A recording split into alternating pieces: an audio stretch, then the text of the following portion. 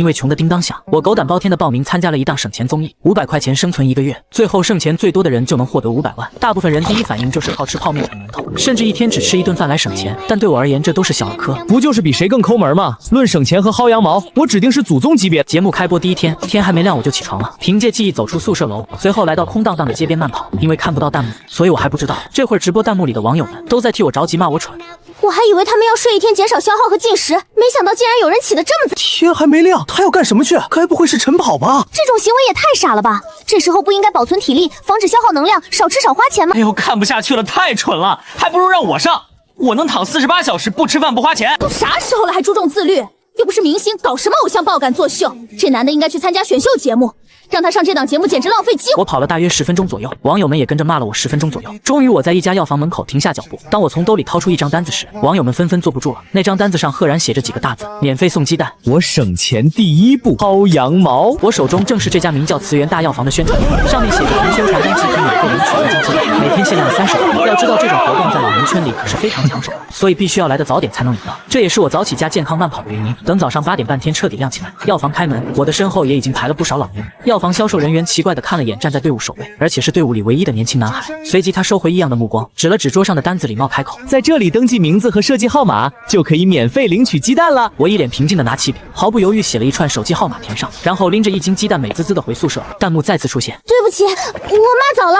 哇哦，既不用饿肚子，还没破坏游戏规则，这一波白嫖不错。我开始有些期待这位帅哥后面还会怎么白嫖了。虽然这个白嫖方式是很好，但真的要有强大的内心，抵挡住别人异样的眼光才行啊。反正我作为年轻人是不太好意思做这种事。这有什么的？没偷没抢的，为什么要觉得不好意思？是因为你那可笑且不如1斤鸡蛋值钱的自尊心吗？能顶饭吃吗？有了这1斤免费鸡蛋，最近这2天的吃饭问题算是能有一个很好的解决了。宿舍楼的厨房是公用区域，所有嘉宾做饭都只能在这里做。节目组贴心准备了基本厨具和调料，我只要进行简单的清洗，就可以吃上一顿美味的鸡蛋早餐了。这时，刚巧下楼的孟薇听见厨房那边有动静，立即悄悄走了过来。你买这么多鸡蛋？她看着油锅里的煎鸡蛋，不自觉吞了吞口水。谁能拒绝清早醒来可以吃上2个美味的煎鸡蛋？需不需要我来帮你？我礼貌微笑：不用了。我的话音落下，空气中除了滋啦滋啦的煎东西声音，短暂的沉默下来。孟薇左等右等也没等到我那句客套话：你要不要一起吃点？也不知道傅衍生是真自私装傻还是情商低，那么多鸡蛋给自己吃2个怎么了？他自己又吃不完，一点人情世故都不懂。哼！一想到他要是出去买早餐吃，除了泡面，他真想不到什么经济实惠的东西。不过眼下有白嫖的机会，还是不能轻易放过。孟薇笑着主动打开话题：鸡蛋煎的不错啊，你吃的挺早，我才刚睡醒还没吃呢。这么明显的暗示，傅衍行要是还不懂，那他绝对就是故意不想给自己吃。我把煎好的鸡蛋放到盘子里，没什么情绪的开口：那你别站在这里看我了，赶紧去吃你的吧。我也想弄点鸡蛋吃，经济又实惠。我不为所动，把剩下的生鸡蛋放进贴着我名字的冰箱里。哦，那你去外面弄吧。这个小子真是油盐不进啊！怎么感觉这个女的想占他便宜？我都听出来这个女的是想吃他的鸡蛋了，他怎么没听出来啊？有没有可能他听出来了，就是想最后给他留点面子？要是平时我自然不会吝啬2个鸡蛋，但现在我们是竞争关系，而且机会面前人人平等，也不是生死关头，我凭什么让孟薇在我这里蹭吃蹭喝，帮孟薇省钱？我的脑袋看起来像傻的。孟薇见我端着盘子走到餐桌那里坐下，她厚着脸皮悠悠叹了口气：也不知道菜市场能不能卖2个鸡蛋，我不想像你一样买这么多，怕吃不完浪费了。这么热的天很容易坏的。孟薇这话说的，就差直接说你给我2个鸡蛋得了。我拿着筷子夹起一个煎鸡蛋，恰到好处的火候将鸡蛋2面煎得呈金黄色，一口下去外酥里嫩，看得孟薇又吞了2口口水，肚子也没出息的咕噜噜响了一下。我慢悠悠吃完1口才开口：不会坏掉，这里有冰箱，你先去附近转转吧。要是实在想买2个鸡蛋买不到的话，回头我也可以卖你2个。孟薇以为自己听错了，难以置信地重复了一遍：卖我2个，自己就想白蹭一顿餐而已，他至于这么小气，非要卖自己2个鸡蛋吗？你没有听错。孟薇表情有些绷不住了。傅衍生，好歹一起录制节目的嘉宾，接下来1个月还要见面，就2个鸡蛋而已，你竟然还要收我钱？我的眼底似透着几分无辜。一个大人都好意思白蹭，我有什么不好意思收钱的？孟薇的脸色这下黑个彻底。谁要白蹭了？我自己出去买。孟薇走后，我也很快吃完早餐，我把盘子洗干净，转身上楼开始研究下顿饭的着落。俗话说得好，不思远虑必有近忧，我不能拥有这1斤鸡蛋，就不去再想别的方法了。午饭的时候，网友们终于见到了另外2位嘉宾，季明川和安澜，2人都是早上从中午开始，一天吃2顿的选手，不吃早餐刚好省了1顿，因为吃饭时间差不多，让2人有了共同话题。他们一起去附近的小卖部批发了1箱袋装方便面，然后1人半箱，价钱合适，量也不会多到吃不完，吃完还可以很快换口味。2人回到宿舍里准备泡面的功夫，孟薇也没闲着，她趁我不在掐头去尾闲聊：那个傅衍生挺抠啊，今天竟然跟我说要卖我2个鸡蛋，我看他就是为了赢，想从我们身上赚钱，你们都小心他一点，别被他算计了。孟薇话音刚落，季明川就恍然看到厨房门口那有一抹身影。孟薇也顺着季明川的视线看过去，顿时因为心虚吓得一哆嗦。季明川看着我，倒是先打破有些尴尬的氛围。你要用厨房吗？不用，我出去吃。我看着季明川单薄的身形，又注意到季明川手中的方便面，我那为数不多的良心隐隐传来感知，促使我多问了一句：要不要一起？反正都是白嫖别人的，也不是白嫖我的，我不介意顺便带他们一起蹭一顿，因为接下来的日子说不定还要饿多少顿。现在能白吃一顿好的就白吃一顿。不去，你那么会做生意，跟你一起吃饭，说不定还要多花冤枉钱。早上自己暗示他那么多回，就为了等这句话，可他就是不说，直到现在才说。晚了，再说了，谁知道他是不是在早上卖鸡蛋事件中获得什么新思路，憋着什么坏水，变着法想套路我们，坑我们身上的钱。我这时才瞥了孟薇第一眼，装作疑惑的样子，左右前后看了看。我也没跟你说话，你在回答谁问题呢？我这一连串动作，瞬间让孟薇有些下不来台，就连季明川和安澜都差点没忍住，被我的言行逗笑了。孟薇顿时脸色阴沉下来。傅衍生是懂跟阴阳人对话的。这个女的怎么还背刺傅衍生搞全员孤立那一套呢？她怎么不说她要白蹭人家鸡蛋的事？绿茶破防了呗，玩不起了。傅衍生是不是又有什么白嫖的吃饭方法了？我有点期待了。季明川转头跟他身旁的安澜对视一眼，随即收回视线，撕开手中的方便面袋子，尴尬的笑了笑。我们的午餐都已经准备好了，就不去了，你去吧。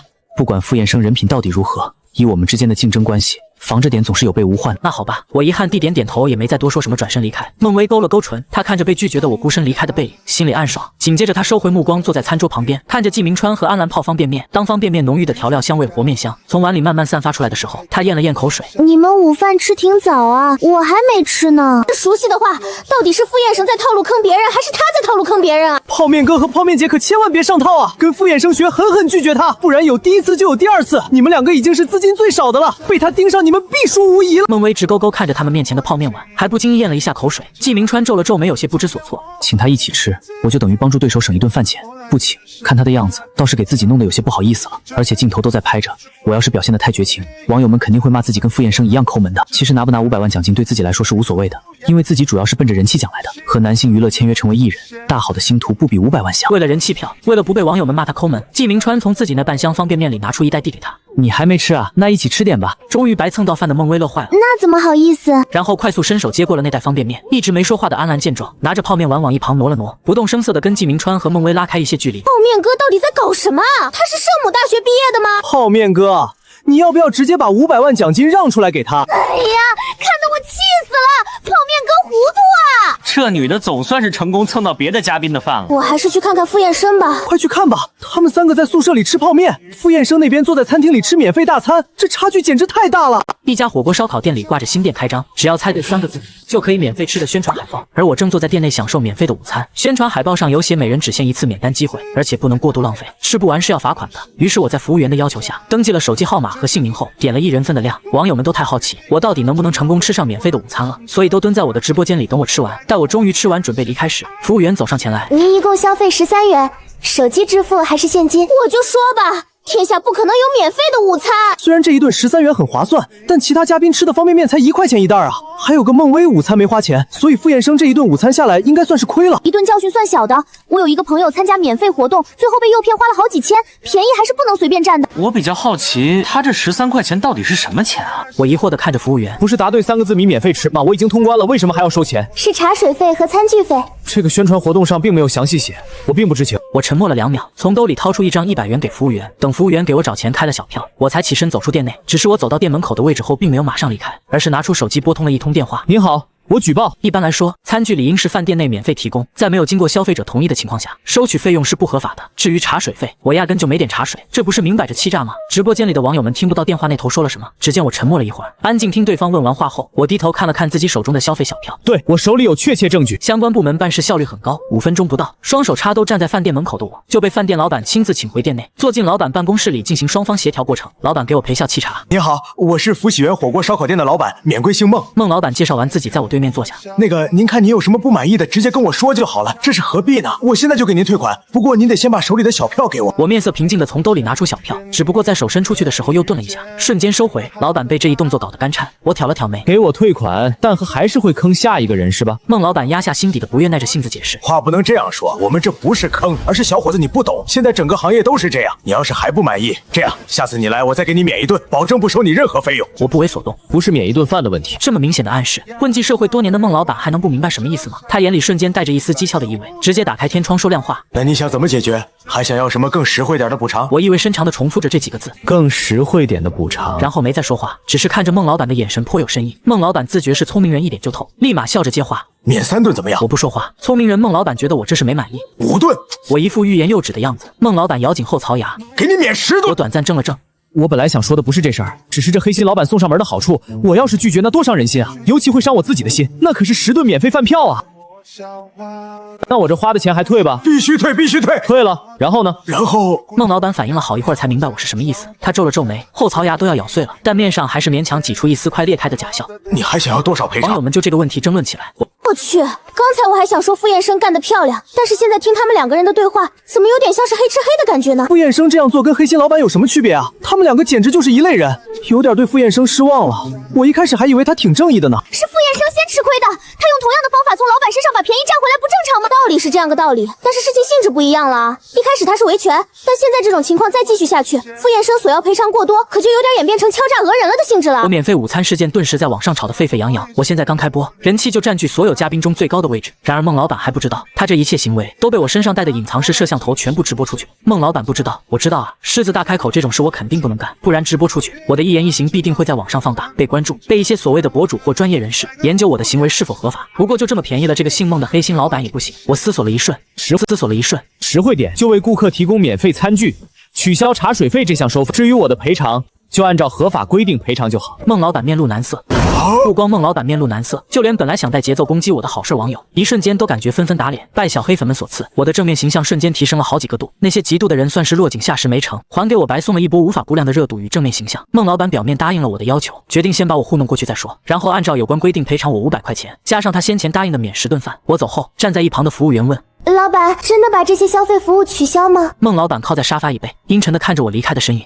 他以为他是谁啊？真以为自己是英雄能拯救世界啊？还想替其他消费者发声，太天真了。甭管他，正常收费。10几秒后，我忽然想到什么，又折回孟老板办公室。我推开办公室门，脑袋探进去，正在喝茶的孟老板不经意抬头，看见办公室门口突然出现一颗头，差点吓得将嘴里的一口茶喷了出来。我露出一个和善的笑容。哦，刚刚忘了提醒你，我这里是现场直播，全网正义的网友们都会监督你的哦，希望你说到做到。说完，我笑眯眯的直接离开南星娱乐总裁办公室。坐在老板椅上的顾南之将电脑屏幕转向对面，电脑屏幕上正是省钱大作战的综艺直播，此时正在播放我吃免费午饭的画面。过了片刻，他看向坐在对面穿着一身黑色高定装裙、气质高贵的女人。怎么样，我新投资的节目是不是很有意思？沈一宁姿态松弛的靠在椅背，清冷的视线落在电脑屏幕中的男孩许久。还行。顾南之勾起唇角，脸上掩不住的愉悦。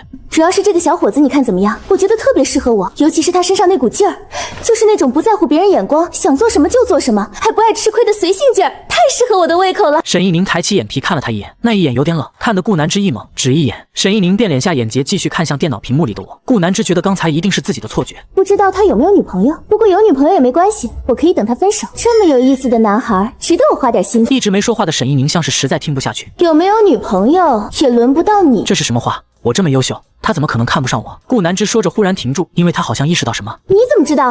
难不成你暗恋人家？还是说你是他女朋友啊？顾南之话音刚落，沈一宁的手机便响了2声。他懒得理顾南之，拿出手机扫了一眼，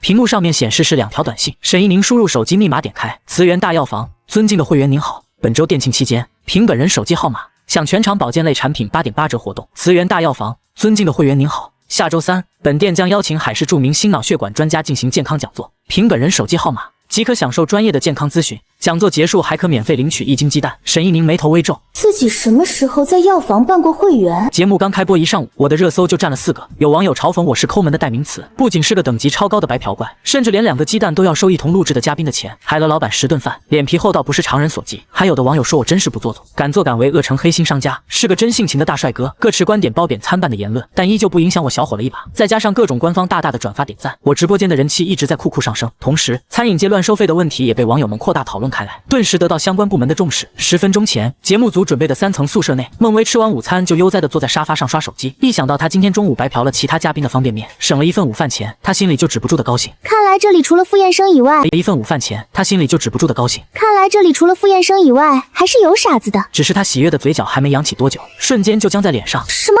我们在宿舍里吃泡面，傅衍生竟然在外面吃烤肉。不仅如此，他还得了500块钱和10顿免费饭票。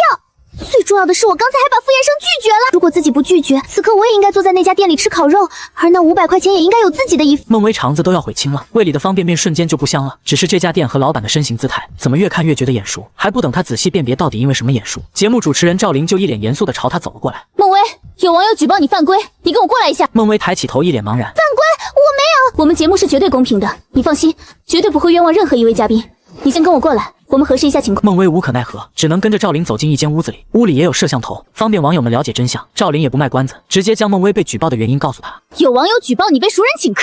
孟薇秒懂，她今天就只白蹭了刚刚那一袋方便面。孟薇不慌不忙地解释，节目规定是熟人，我和那位姓季的帅哥可不熟啊。而且我们在今天之前甚至连面都没见过，关于他的名字我还是从工作人员那里听说的。前甚至连面都没见过，关于他的名字我还是从工作人员那里听说的。所以我们并不是熟人啊，顶多算是同一个节目的嘉宾而已。你们节目组也没说不能吃嘉宾的东西啊。再说了，我们今天第一天见面，人家帅哥好心送我一袋方便面，我要是拒绝了，让人家多下不来台啊！这么多机器直播呢。赵琳听完孟薇的解释，最后经过和总导演的讨论，结果是孟薇确实不算违规，因为节目组确实没有规定不能吃嘉宾的东西，而嘉宾之间的关系也的确算不上熟人。孟薇被无罪释放了，不过孟薇并没有马上离开小黑屋，洗刷冤屈后，她的底气也足了。她坐在椅子上，有些不满的开口：如果我这种情况都能被举报，那我觉得还有一个人也应该被举报。你要举报谁？我要举报傅燕生。他现在威胁太大了，我们的钱都是越花越少，只有他的钱是越花越多。刚开局就落下500块钱的差距，还不知道自己被举报的我刚回到宿舍就被工作人员带进小黑屋里。我走进小黑屋里，看到了赵琳和孟薇。有人举报你犯规。我微微侧头，直觉指引下我看向孟薇。孟薇与我对视不到3秒，就立刻错开视线，看起来像极了心虚。我怎么犯规了？举报人说你得了500块钱，还白蹭了一顿饭，那个老板还说要再请你10顿饭，你给大家解释一下吧。我言简意赅地交代完前因后果。白蹭那一顿饭是我参加饭店活动合理所得，500块钱和10顿饭是饭店老板自愿给我的合法补偿。第一，我和老板不是熟人；第二，我也没有给老板付出劳动力，怎么能算犯规呢？如果还有人不信，可以看 VCR， 一旦发现我哪句话是假话，不用你们说，我自己退出节目。我一副行得端坐得正的硬气模样，倒是让孟薇的气势弱下去许多。主持人赵琳和关注这边动态的总导演皆是听得一愣。好家伙，傅衍生竟然在节目刚开始就把店家举报了，还获得了额外补偿，这小伙子太会玩了，简直太适合我们这个节目了。那要是这样也不算违规的话，我们也可以去靠举报来牟利，但这跟变成一份工作职业举报有什么区别？那你想怎么办？如果不算犯规也可以，但是要没收饭店老板给他那500块钱，还有那10顿饭也不能让他去吃了。从现在开始加上规定，再有这种情况就算犯规。我也不甘示弱，瞥孟薇一眼。哦，那你把肚子里那袋白蹭嘉宾的方便面原封不动吐出来，让节目组没收我就同意。我话落连人带意往旁边挪了挪，拉开和孟薇的距离，话里带着嫌弃。可以开始你的表演了。不是，他有病吧？按道理来说，这不算你们的职业。但既然傅燕生已经开了这个先河，节目组要是不让你们这样做也不公平。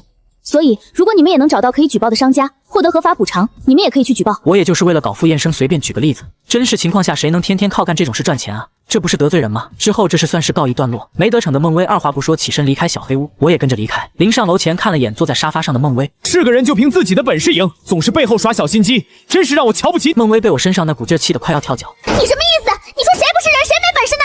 我用得着你瞧不起？谁背后耍小心机了？我这是尊重游戏规则。我轻嗤一声，然后迈步上楼，被轻视的孟薇气得面红耳赤。我不跟你计较。我懒得和他继续打嘴仗，上楼回房间睡午觉去了。赵琳等我和孟薇走后，跟总导演一起看了我吃午饭时的回放。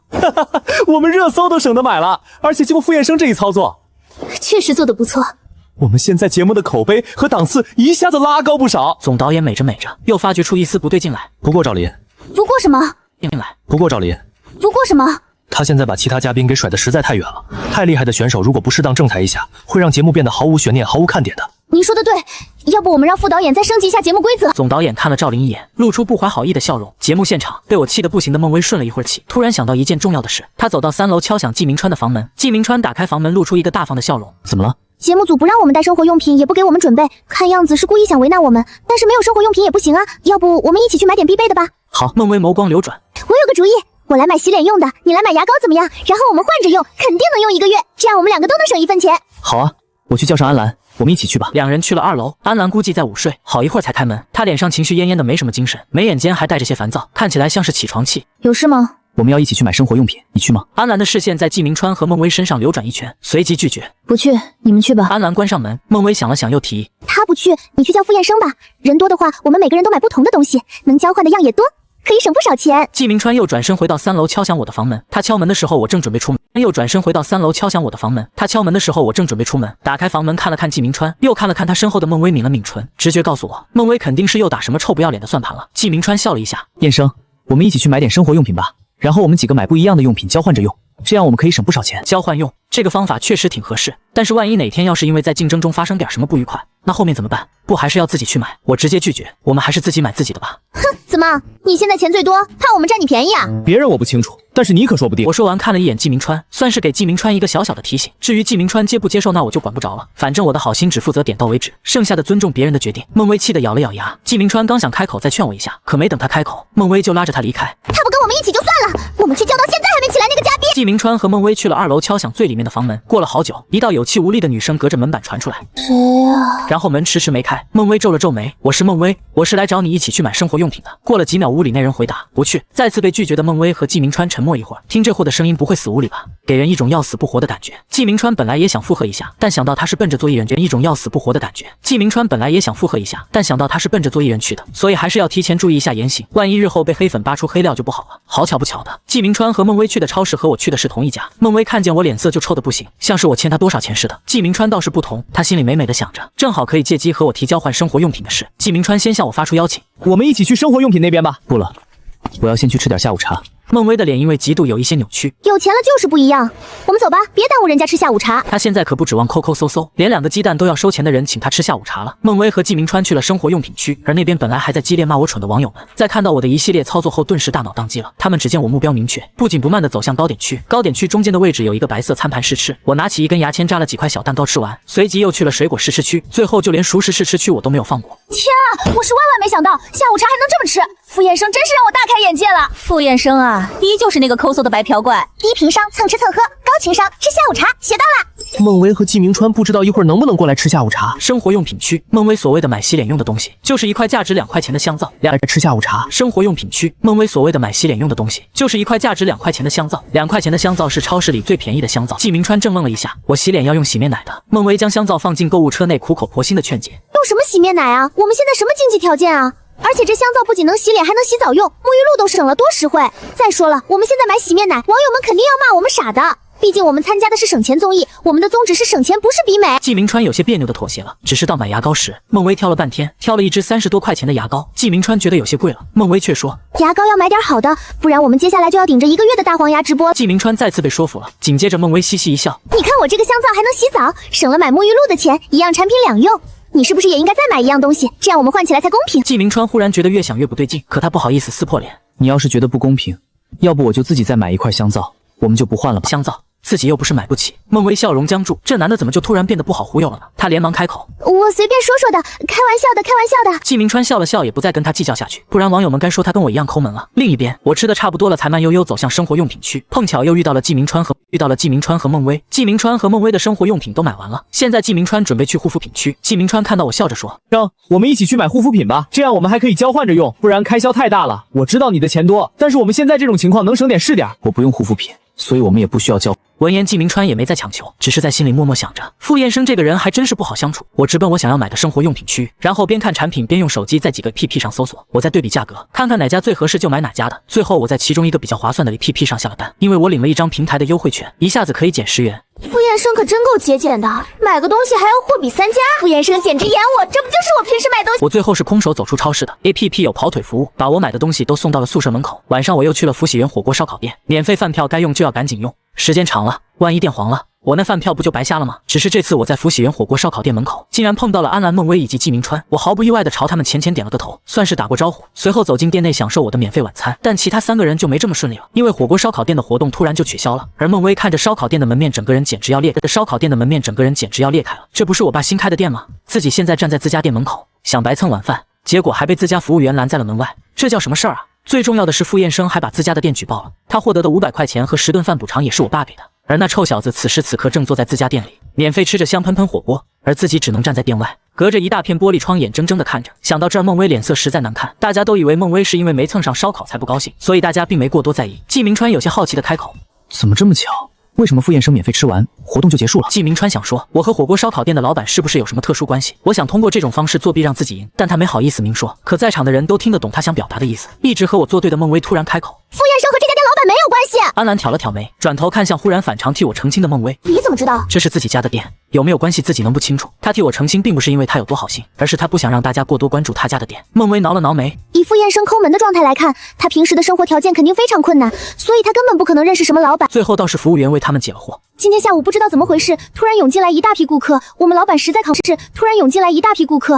实在扛不住，就只好把活动提前取消了。要是花钱吃就不说啥了，关键是都是免费的，这么下去，他们这个新店不管是从成本上讲，还是从员工方面讲，真是承受不住。至于为什么会突然涌入一大批顾客，那自然和我的直播脱不了关系。中午我来吃免费午饭的时候根本没有几桌，而下午人气暴涨后，孟老板扛不住压力，只好取消免费活动。有那些一心蹭免费的顾客骂骂咧咧的走了，不过还是有不少人进店消费的。孟老板本来愁眉苦脸的模样瞬间眉开眼笑，除了我坐的那桌看着有点碍眼以外，整体还是不错的。结果下一秒，孟老板就看到门口有一抹熟的不能再熟的身影，门外那个不是自家女儿吗？孟薇也看到了老孟正在笑着往他这边走，孟薇赶紧开始朝老孟挤眉弄眼，暗示老孟假装不认识他。老孟一脸疑惑，但还是照做。安澜和季明川见免费晚饭是吃不上了，只好悻悻离开。这时孟薇以借下卫生间为借口走进店内，并再次给老孟使了个眼色。进了店里，孟薇便把身上带的隐藏拍摄装备取了下来关掉。老孟跟着进来了，你怎么回事？奇奇怪怪的。刚才站你身旁那2个人是你朋友吗？怎么不请他们进来吃饭，顺便让他们看看咱们家的新店怎么样？孟薇看了眼门外，确定没人过来后，她小声解释：我参加了一个综艺节目，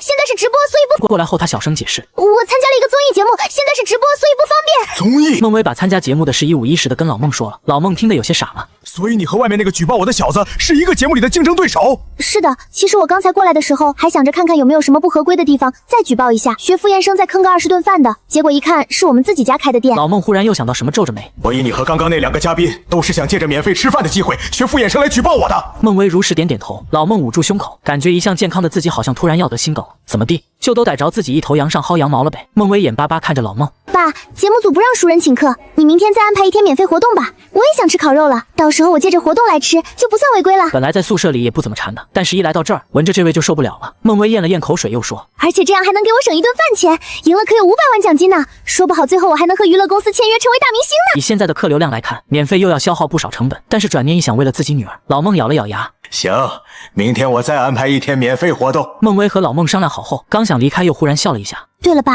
你能不能想办法让傅燕生犯规出局？因为你给……然笑了一下。对了爸，你能不能想办法让傅燕生犯规出局？因为你给他的补偿，他现在在节目里的资金已经和我拉开很大差距了，想赢他实在太难了。只要他违规，就会被踢出节目组。不过你不能明着联系他，因为现在是直播。好，私下联系那还不容易吗？凡是参加我们店免费活动的都要办会员，留下联系方式，自己一会儿就去把把傅燕生的联系方式存到手机里，然后使劲勾引他，举报他。孟薇往店外走的时候，啐了冰碴子的眼神在吃着涮羊肉的我身上盯了许久才离开。孟薇那直勾勾的眼神是不是快馋哭了？馋哭了，算了吧，我看他是想把傅燕生扔锅里涮了还差不多。孟薇为了省钱也是从宿舍走过来的，现在啥都没吃上，又要原路返回，结果走到半路就又饿又渴。在路过一家小饭馆时，他停下脚步，真不怪他，小饭馆内飘出来的菜香味实在太诱人了。犹豫再三，他进去点了一份炒饭和1瓶汽水。网友一阵无语，2块钱的公交车不舍得坐，结果走回家的路上花12块钱买了一份蛋炒饭和1瓶汽水，这不是赔了吗？这就是传说中的无效省钱吗？另一边，我吃完饭就走回宿舍，期间没看到其他人，反正不管他们去干什么，明天我都可以通过手机掌握他们的最新动态，以此来判断自己的排名有没有受到威胁。我这么想着，直接回自己房间休息去了，养精蓄锐，才能以最好的状态迎接明天的省钱战斗。睡觉之前，我拿起手机，在各个 APP 和各大品牌的官网杀了一圈，半小时后我露出满意的笑容。与此同时，工作人员将5位嘉宾今天的剩余资产做了统计，发布在公屏上。省钱大作战，第1名傅燕生，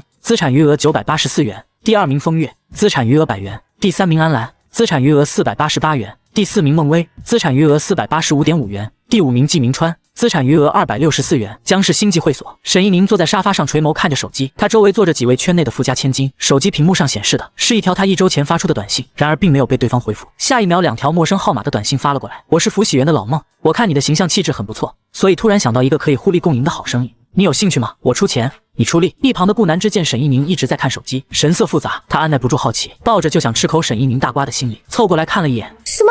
中景集团现在都已经到了要靠沈总亲自下海赚钱的地步了吗？沈一宁侧头看他一眼，漫不经心地笑了一下。你说我要是跟顾叔说他书房里那宝贝瓷瓶其实已经被人送走10多年了，现在摆在柜子里的是个赝品，顾叔会不会看在我好心提醒他的份上帮我一把，然后我就不用下海了？感觉被恶狠狠威胁的顾南之顿时脊背发凉，他从齿间挤出一个比哭还难看的笑容。你看看你，都是姐妹，别这样。你有什么困难直接说出来，姑姐帮你，没必要惊动老姑。沈一宁看着他懒散的开口。我突然想起来，顾阿姨珍藏那瓶宝贝红酒好像也早就丢。你是我亲姐行了吧？真是一点亏都不吃。求生欲极强的顾南之在心里吐槽完开口。说正经的，你真遇到麻烦了，对方发错人了。唉，行吧。瓜吃不上了。孟老板担心给我打电话，我正在录制节目，说话不方便，于是便发的短信。可他坐在马桶上，看着迟迟得不到回复的短信，眉头紧锁。看来这个小子警惕性还挺强，自己还得再加把劲才行。第二天一早，直播间的公屏上就出现了昨天人气票的投票结果，省钱大作战，人气榜第1名傅燕生，第2名安澜，第3名风月，第4名季明川，第5名孟薇。弹幕也炸了。我靠，傅燕生竟然是第1名，该不会是他买了水军吧？这票数是真实的吗？不正常吗？这个综艺里目前印象最深的就是他和孟薇，但我是真不想投给孟薇，感觉这个女的有点太贼了。季明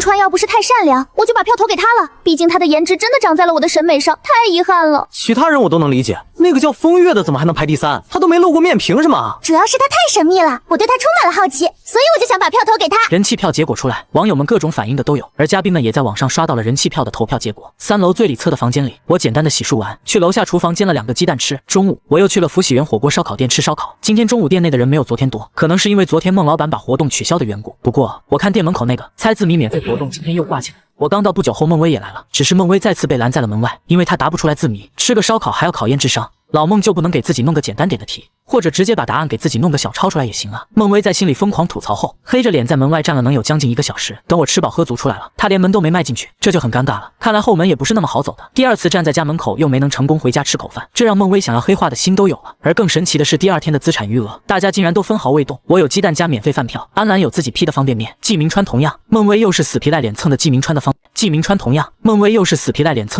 方便面。至于神秘嘉宾风月，依旧没露面也没有花钱，始终保持着跟昨天一样的神秘。比起前4位嘉宾平平无常的省钱日常，与常人不同的风月倒是瞬间引起了网友们的注意。这个风月真是神了，不出门不花钱，他是在低谷期吗？没人去敲敲门吗？我有点担心他在房间里出事了。这女人不会在房间里练什么歪门邪道的功夫吧？这个女人成功引起了我的注意，我今晚就要把人气票投给她。人总是会对充满未知的人和事物充满幻想和期待，于是节目直播的第3天，风月的人气瞬间直冲榜2，甚至有超越我的趋势。不光网友们好奇，就连我也很好奇，对方始终不露面，1分钱都没花，如此能耐得住性子，恐怕会是一个深藏不露且城府深沉的抠门省钱高手。这样低调的人通常都是天选之子，又或者他可能在憋什么大招，到时候杀我们一个措手不及，这让我不得不有些危机感了。然而就在夜深人静，大家纷纷对风月这个人充满好奇之时，突然宿舍外面隐隐约约响起鸣笛声，那声音听着好像是120急救车，而且越来越近，直到我听到楼下有慌慌张张的脚步声。我赶紧换了衣服下楼，看到急救人员正抬着担架从2楼里面往外走，担架上还躺着一个身形清瘦且高挑的女生。2楼最里面的房间好像是风月的，我抓住穿着睡衣的安澜连忙高挑的女生。2楼最里面的房间好像是风月的，我抓住穿着睡衣的安澜连忙问怎么回事？安澜揉了揉太阳穴，语气无奈。这女人3天饿9顿，把自己饿晕了。安澜本来也就是好奇，风月怎么会3天都没动静才去敲了门，半天没得到回应后，他担心风月出事，于是便直接把门撞开，这才发现风月昏迷。随后他立即打了120。好吧，什么天选之子，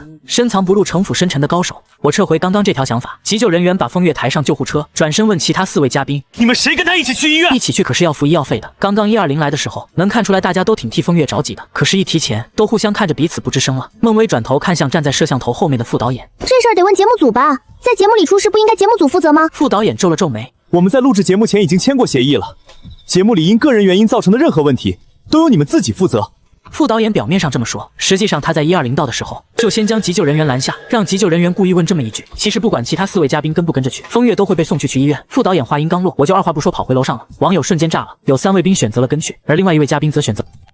傅燕生这是怕陪风源去医院，要帮忙付医药费，所以跑了吗？傅燕生这是怕陪风源去医院，要帮忙付医药费，所以跑了吗？果然啊，人在金钱的面前都会露出丑陋的一面。傅燕生真是太让我心寒了，我以后再也不把人气票投给傅燕生了。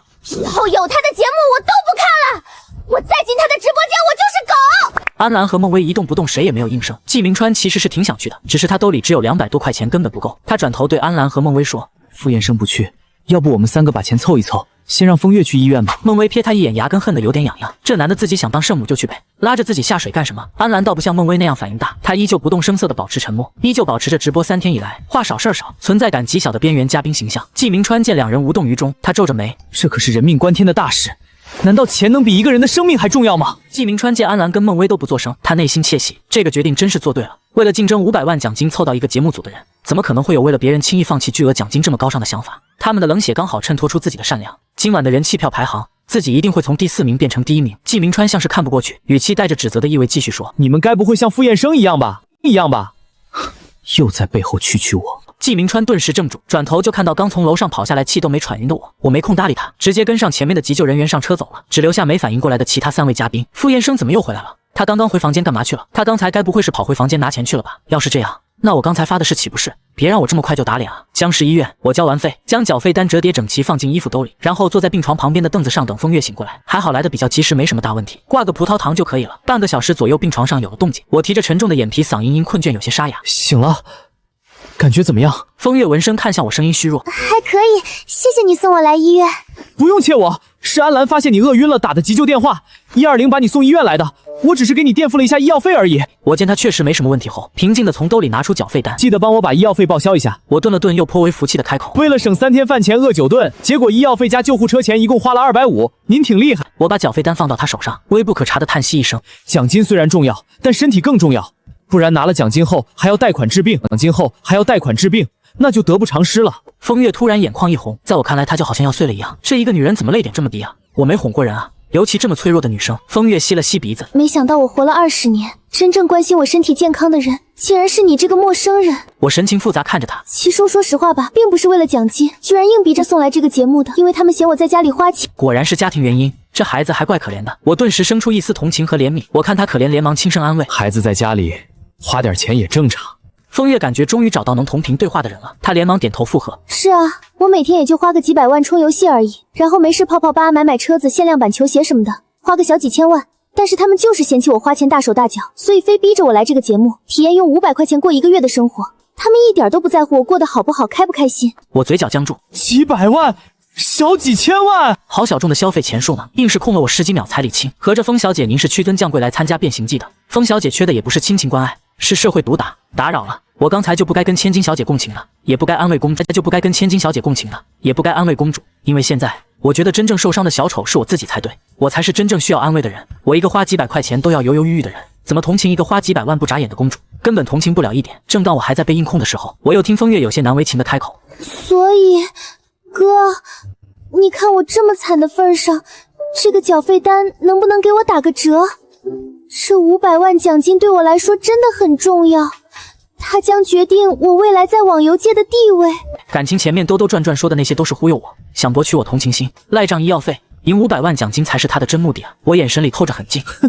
我给你打骨折，你信不信？哥，5折也行。哥跟你掏心豁子，你跟哥耍心眼子是吧？你知道上一个坑哥钱的人什么下场吗？风月当然知道，他早就上网看到过，不就是一个小烧烤店的老板，赔偿他10顿饭和500块钱吗？虽然家里对于金钱方面限制自己比较严格，不过自己另有办法弥补傅燕生。风月立刻开口，只要你帮我这一次，等下了节目，我把我小姨介绍给你，她很有钱，而且长得特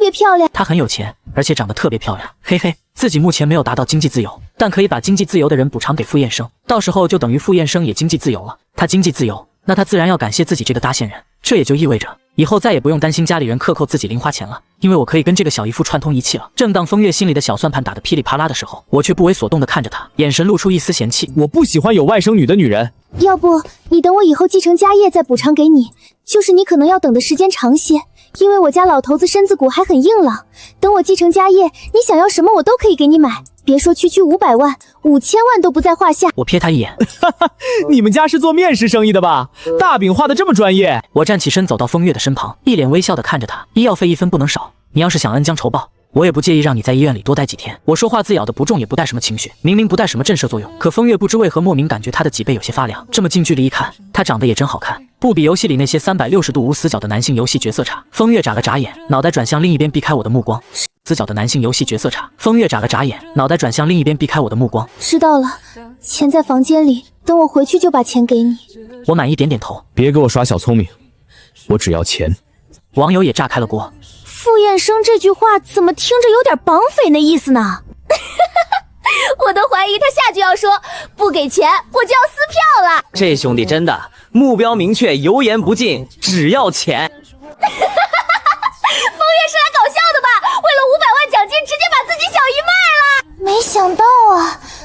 后竟然是最抠门的傅燕生帮忙付的医药费。有钱又漂亮的小姨，上班暂停，这小姨夫让我来当。砸完吊瓶，我没有带风月回宿舍，而是带她去了附近的粥店。我站在吧台前，看到一位客人刷了一张粥店的卡。美女，办会员有什么活动吗？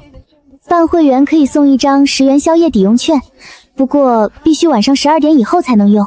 我看了眼手机上的时间，刚好过12点，我觉得运气还不错。会员怎么办理？充值100块钱就可以。需要充值啊？要是免费办理会员还行。错，会员怎么办理？充值100块钱就可以。需要充值啊？要是免费办理会员还行。我带风月过来，主要是风月现在的身体状况，得吃点健康营养的食物，不然我也不会来。因为以我现在的条件，实在不适合天天花钱吃这种不太顶饱的东西。点了一碗粥和一碗鸡蛋羹，我们2人吃完回宿舍，风月把医药费以及粥钱一分不差的给了我。我回到房间就把500块钱重新叠整齐放回包里。早上我煮鸡蛋时多煮了2个，给身体刚有些恢复的病号风月。毕竟昨晚吃鸡蛋羹的时候，这位大小姐还算有良心的主动分了我一半，但我还不至于跟一个病号抢东西吃。就因为这2个煮鸡蛋，这位小公主又感动得一塌糊涂，说这个节目里除了安澜就是我对她最好。说到最后，我感觉再不拦着她都快要说出以身相许的话来了。我吃完早餐就出门了，风月简单洗个脸，默默跟在我身后，不为别的，就为跟着我肯定能白嫖到吃的。一个穿着玩偶服的男生将我拦住。师哥有时间吗？填个表格，这边可以送一瓶矿泉水，看一下。我唇角微扬，有。我接过男生递来的表格，大致扫了一眼，应该是什么产品调研类的表格。我刚要填写，风月的声音从我的身后冒出来：我建议你别填，填这种东西很容易泄露自己的隐私，还会收到很多垃圾短信和骚扰电话。因为他们会把这些收集来的信息利用完后卖给别人。我陡然一笑，没事，风月说的对，这些道理我也都明白。不过反正我填的也不是我的信息，我填的是骗子的，我有什么好担心的呢？我之前在药店和烧烤店留的电话号码，也全都是一个骗子的电话号码。1周前，一个陌生号码发来的信息被我下载的反诈 APP 拦截了。信息内容写的是中景集团高薪诚聘 CEO 私人助理，工作轻松，学历不限，能适应长期国外出差等等，还说如果有兴趣可以回电。中景集团那可是华国有名的大企业，我那些大学同学挤破脑袋都想进的公司。之前我一个同学刚毕业就进了中景集团，只是一个编外人员都在同学群里炫耀半天。我一开始以为是反诈 APP 拦错了，我特意在网上找了中景集团 HR 的电话，结果打电话过去 ，HR 那边说目前并没有招聘这个岗位，至于发短信的手机号码，更不是他们公司人事部门的联系方式。HR 还好心提醒我，现在有很多不法分子冒充某公司或平台工作人员进行诈骗，让我小心谨防诈骗。虽然没抱多少希望，但还是感觉有一丢丢失落。网友也急了，风月说的没错，手机号码和个人信息什么的，千万不能随便填写，不然很容易泄露隐私。这个傅燕生警惕性也太低了吧！风月都这么提醒他了，他还说没事；这么提醒他了，他还说没事。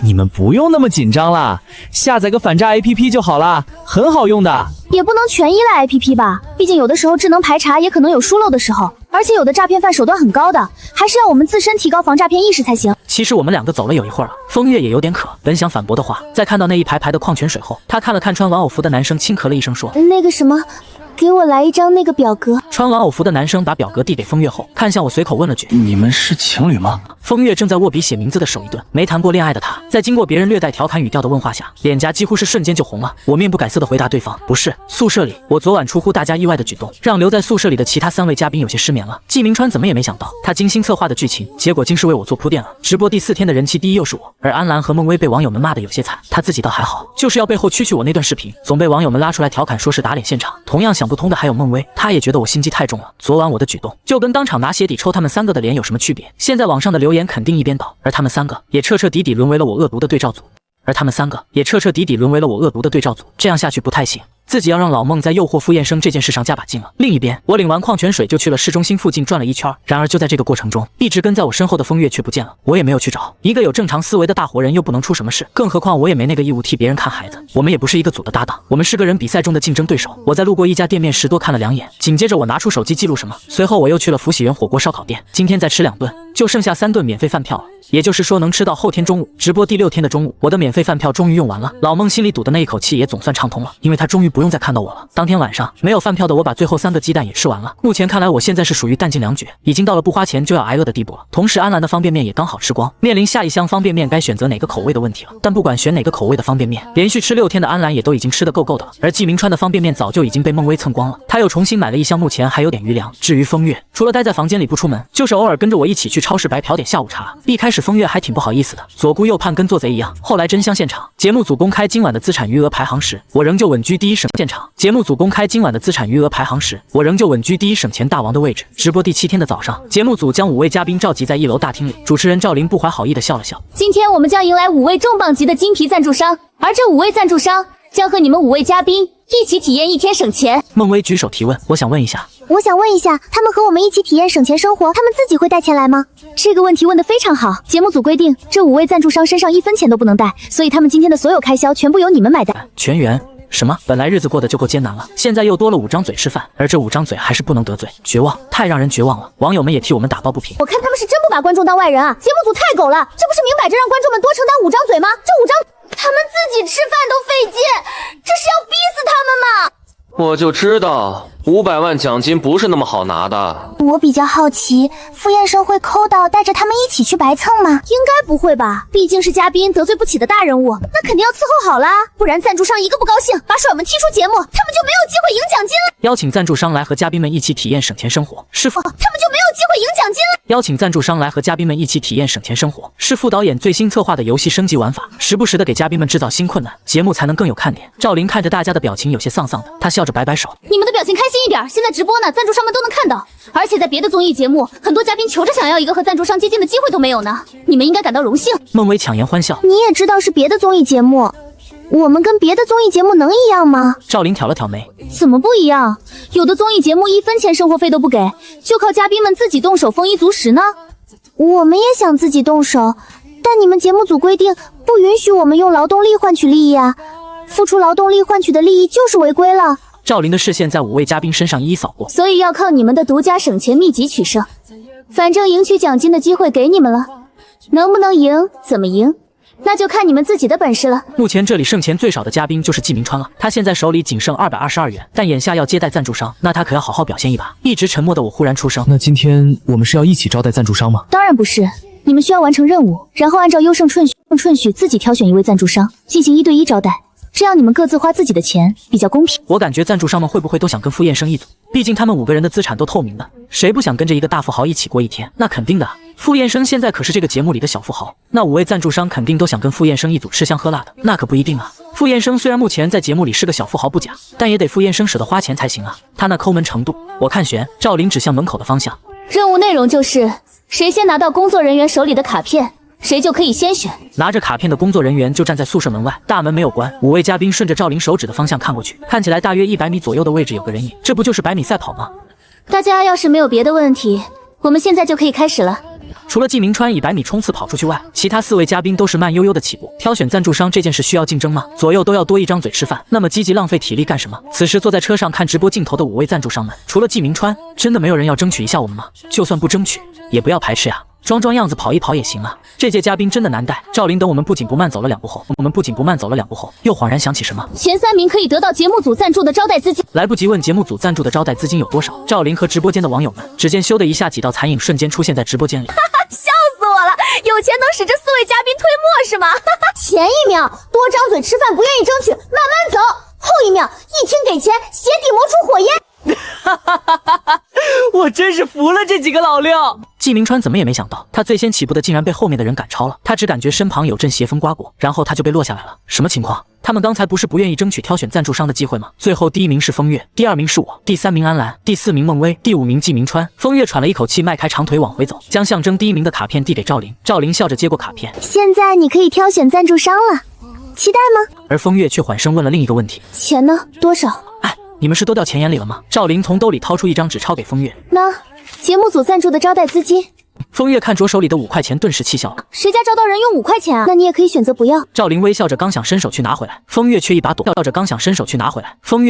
过。5块钱也是钱，有总比没有强。作为第2名的我也拿到了5块钱，我无语的看着手里的5块钱，把节目组真狗这几个字写在了脸上。什么也没拿到的孟薇跟季明川有点内心发酸了。挑选赞助商的方式是抽签，按照我们刚刚获胜的顺序抽签，这个环节让季明川心情舒畅很多。等到抽完签公布结果的时候，季明川感觉自己真是运气好到爆棚了，因为他抽中的正是南星娱乐4个大字，他激动的差点哭出来。而我抽到的是中景集团。节目组准备的车上，沈一宁通过直播画面看到我抽到的结果，唇角勾起一抹若有似无的弧度，而其他4位赞助商看向沈一宁的眼神却多了几分同情。等嘉宾们都抽取完自己要招待的赞助商，那大家赶紧准备一下吧，等会儿赞助商的们到了，节目组会通知大家。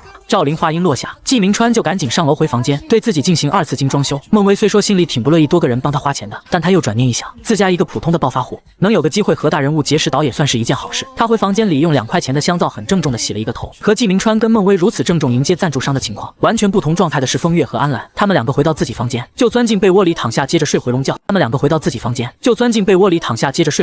一副爱谁来谁来的模样，一点都没有重视赞助商的意思。再看咱们的省钱大王我坐在床上刷着手机，看起来挺忙的，就是不知道在忙什么。当赞助商们被工作人员请到节目现场的时候，工作人员去通知了嘉宾们。季明川为了给南星娱乐的老板一个好印象，以最快的速度到达楼下。1楼大厅里站着5位惊艳的女人，他看到其中一位身材高挑，浑身都透着贵气，这个女人不好惹，得离她远一点。希望她最好不是南星娱乐的老板，因为她实在太漂亮了，怕在一起时间长了容易把持不住自己，到时候麻雀没飞上枝头，结果成了小炮灰，惹了一身麻烦。为了一个女人自毁前程，得不偿失。季明川正在心里默默祈祷，主持人赵琳便走到左边第一位中年女人的身旁，赵琳的笑容里掺着些狗腿的意味。招季明川介绍，这位就是南星娱乐的李副总。南星娱乐的老板本来是答应了要过来的，结果不知道为什么又临时改了主意，派了公司副总过来。季明川内心早就已经激动得不得了，但为了不让领导觉得他太小家子气没见过世面，所以他故作淡定，露出温和的笑容。李总好。你好，你好。李副总笑地看着季明川，一副特别平易近人的模样，让季明川一下子放松了许多。您吃早餐了吗？没有，节目组说。一下子放松了许多。您吃早餐了吗？没有，节目组说你们会给我们安排。季明川立即找到了一个表现的好机会，那我带您去吃早餐，只要在我能力范围内，您随便点。节目组真的太狗了，竟然早餐都不给赞助商们提供。看样子季明川真的是要把所有资产全部拿出来招待赞助商吗？我感觉是他能干出来的事儿。中间那个女人谁啊？3分钟，我要知道她的全部信息。跟安澜就下楼来领取他们的赞助商了。孟薇领取的是500强企业天成保险公司的孙总。你好，我叫孟薇。你好，我是华富集团的小程。华富集团的人都这么卑微吗？这个人怎么一点赞助商的样子都没有啊？好歹拿出好赞助商的气场来啊！跟小程比，我怎么感觉安澜更像是赞助商？有没有可能小程只是比较平易近人而已？孟薇跟安澜2组的交流模式简直就是2极分化。庞皱着眉，用紧他们2人能听到的，简直就是2极分化。庞皱着眉，用紧他们2人能听到的声音交流。沈一宁淡淡看他一眼，你怎么来了？恍然想到沈一宁最近刚接手中景集团的事，跟你没关系。哦，小姨没准是为了树立公司形象，顺带着提高自己的知名度，才破例出来在镜头前混个脸熟。小姨，你不是跟那个傅燕生一组吗？你帮我个忙，别为难他，然后再帮我照顾照顾他。他在这个节目里对我挺好的，头2天不仅帮我垫付了医药费，还特意给我煮鸡蛋吃来着。哦，对了，还有你千万别告诉他你是我小姨。为什么？因为他不喜欢你。沈一宁冷冽的眉稍微抬，自己好像没招他吧？怎么说？他说他不喜欢有外甥女的女人，有没有可能这句话的重点在外甥女上？他就听到他的小姨用那清冷的嗓音说出更加绝情扎心的话。如果是这样的话，我现在也可以是一个没有外甥女的女人，因为我也不是那么想有一个3天饿9顿的外甥女，丢不起人。但是沈一宁后面这段话他可听懂了，小姨这是嫌弃自己丢人，想跟自己断绝关系啊！这个女人怎么可以做到这么无情的？我们之间可是有血缘关系的，怎么可以说不要自己就不要了？风月反驳，我那可不是傻挨饿。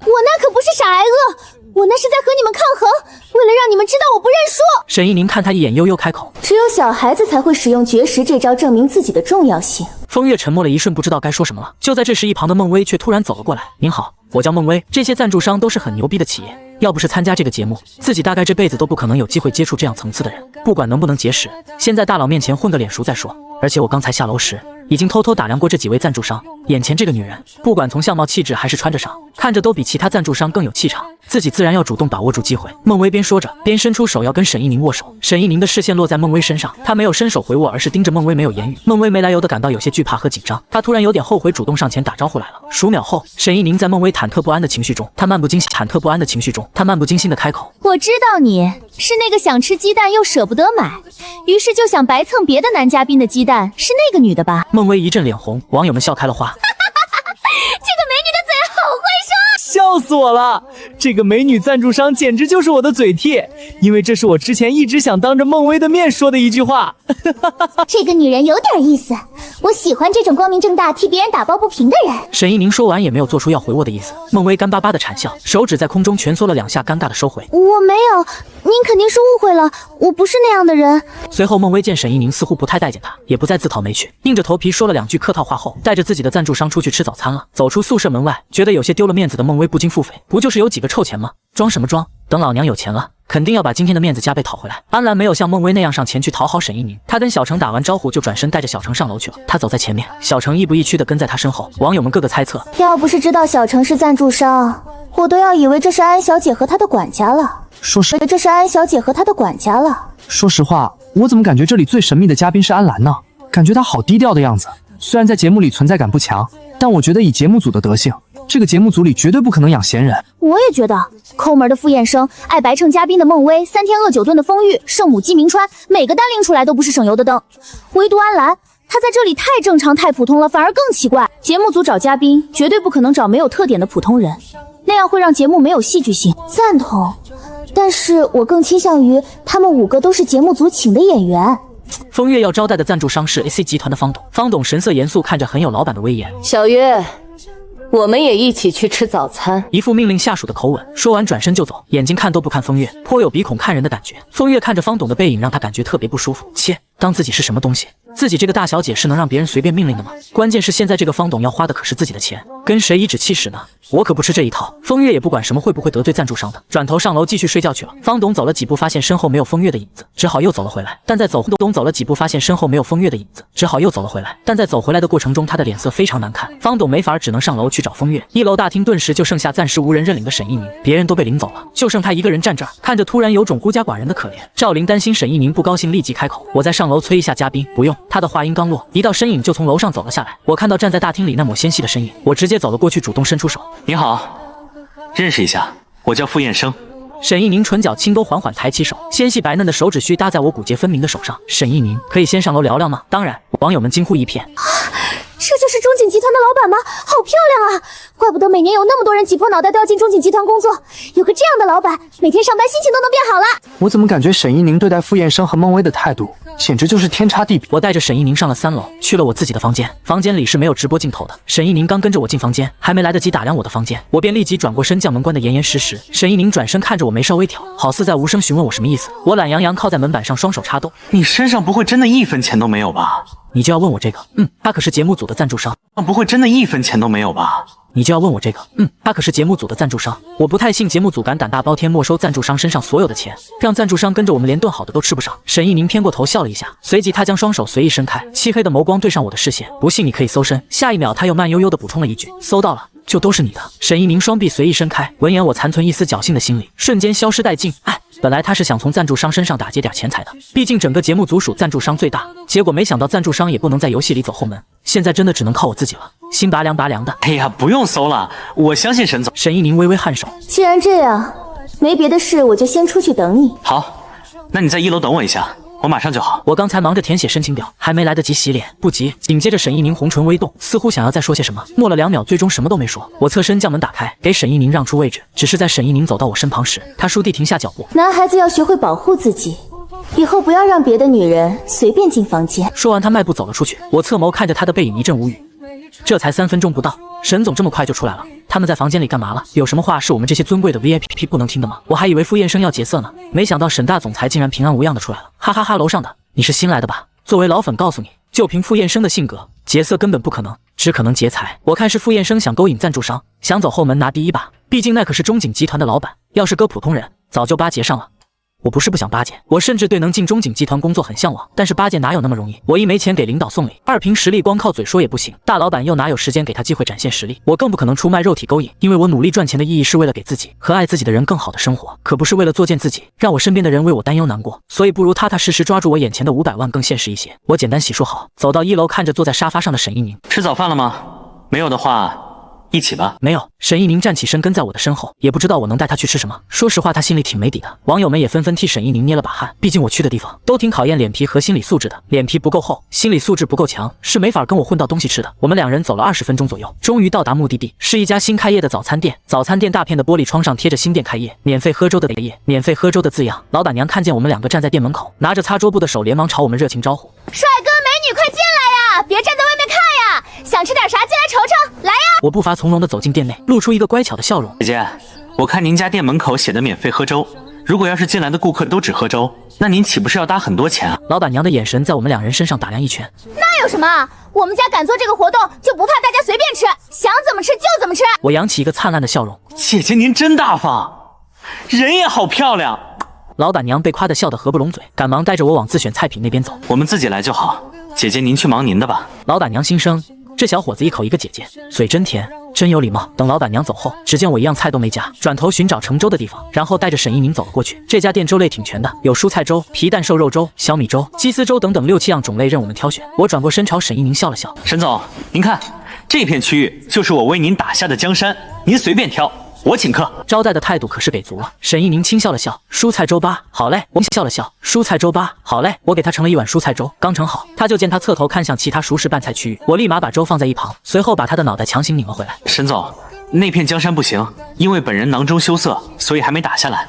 您就这样先对付一下吧。还囊中羞涩？他们两个要是真的坐在店里光免费喝粥不点菜，我就要替他俩羞涩了。羞涩啥？傅燕生兜里总共有900多块钱呢，愣是1分钱不舍得给沈总花，这副小抠，哈哈哈！我真的要被傅燕生笑死了。可怜的沈总，哈哈哈！喝粥连菜都不能吃，我就知道傅燕生这个抠搜的人是绝对不可能花1分钱，就算对方是赞助商也不行。哈哈哈，粥可以免费喝，并且可以无限续碗随便喝，这是我刚才进店时跟老板娘亲口确认过的。两人光喝粥不点菜的行为，也很快收到了周围客人略带异样的注目礼。我内心强大，并不是很在意别人的看法。免费喝粥，又没说一定要消费，而且我要不是为了赢奖金，我也不想光喝粥连个菜都吃不上。我喝了2口面前的皮蛋瘦肉粥，抬头看了看坐在对面的沈一宁，我担心这位高高在上的沈总会不适应这种白嫖行为，结果没想到对方还挺淡定，并且动作慢条斯理的，吃相非常优雅，像是在星级米其林餐厅吃饭一样，但非常优雅，像是在星级米其林餐厅吃饭一样，但别人桌上都有小菜、馅饼、虾饺什么的，非常丰富。我们这桌空荡荡的，就只有2碗粥。即使我们吃相在淡定从容优雅，这一对比下来，看着似乎也有些凄惨。我的脑袋里已经给他们2个自动配了一段二胡独奏了。含着金汤勺长大的沈总，估计这辈子都没吃得这么可怜过。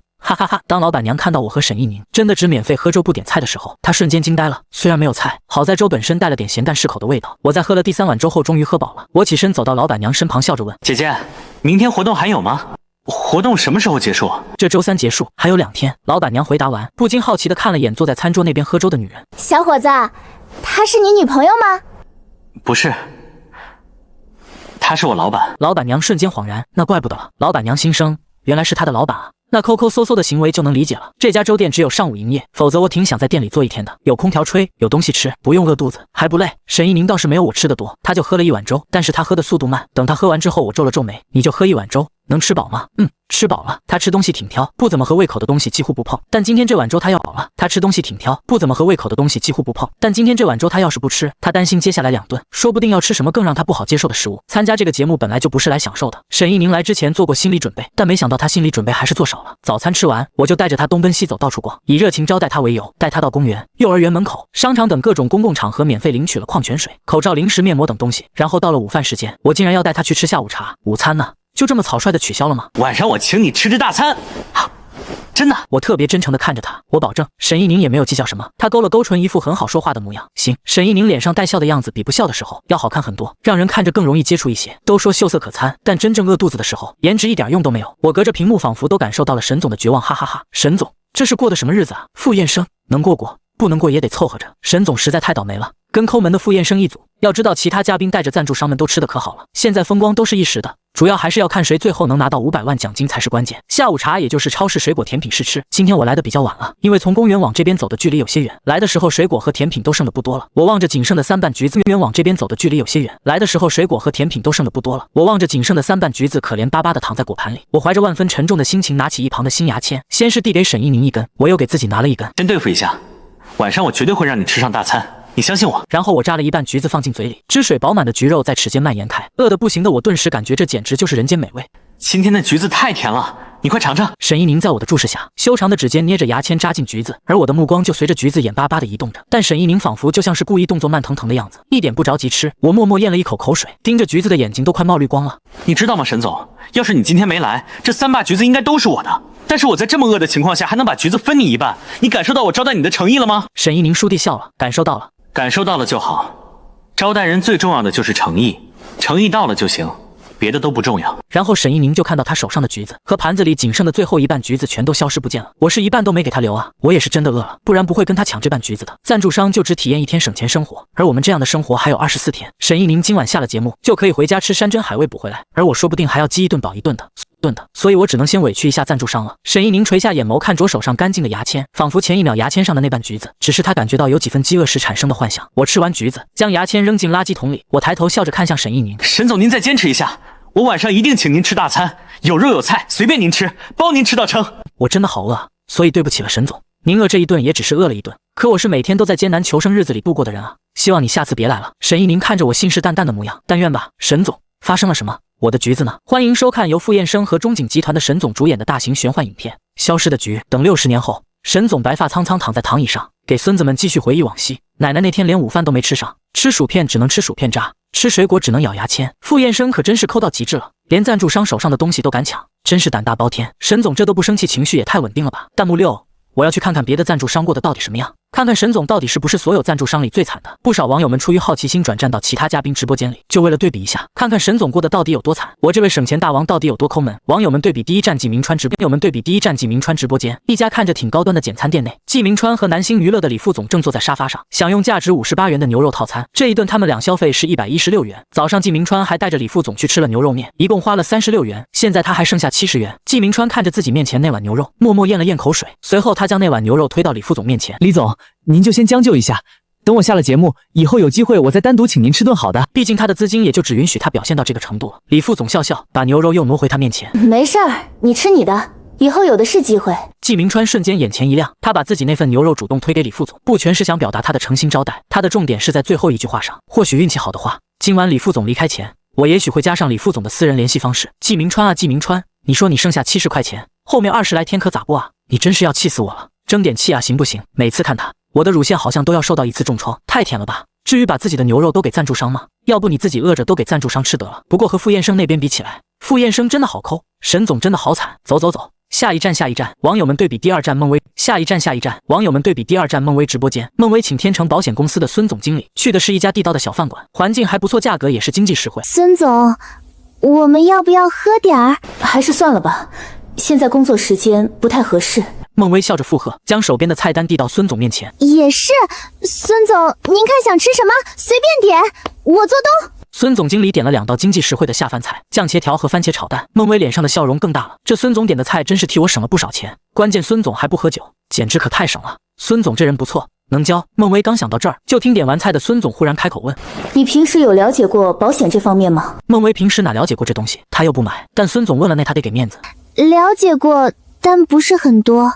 你们家里有人买过保险吗？我记得我爸买过车险。人身保险呢？那好像没有。孙总闲聊似的说，现在人身保险还是很重要的，尤其意外险、医疗险，不仅可以报销许多日用药以及门诊住院等费用，还可以给自己家人减轻不少压力。而且现在保险市场很好，报销额度也大。就我们公司前2天一个女客户癌症晚期，住院治疗花了不少钱，家里钱都花光了。不过她恰好买了我们天成的保险，我们公司直接给她拿了30万现金送到医院。当时他们家激动坏了。30万现金，孟威听着有点心动了。这玩意儿怎么买啊？你记一个电话号码，这是我们部门经理，他会根据你的情况给你定制一套最全面、最合适的险种。孟威立马掏出手机记电话号码。我怎么感觉我刚才好像被强制看了一条广告？孙总是来打广告顺便拉客户的吧？我的天呐，头一次看见总白嫖嘉宾的孟威主动给别人花钱，真是太不容易了。完了，我觉得孟威好像被洗脑了。孟威该不会要花钱买保险了吧？但他现在身上也没有钱啊。我们去看看安小姐和她的小程吧。接下来是网友们对比第3站安澜直播间。安澜和华富集团的小程并没有出门，他们正在宿舍里吃泡面。就在刚刚，安澜又去超市批了一箱方便面。他本来已经吃够了方便面，想买点菜什么的自己做，价格实惠还健康，但他又想到他那令人难过到会原地去世的厨艺，吃泡面也行。安澜就邀请赞助商吃这个，不太好吧？有啥不好的？知足吧。隔壁中景集团的沈总连饭都不吃上呢，哈哈哈。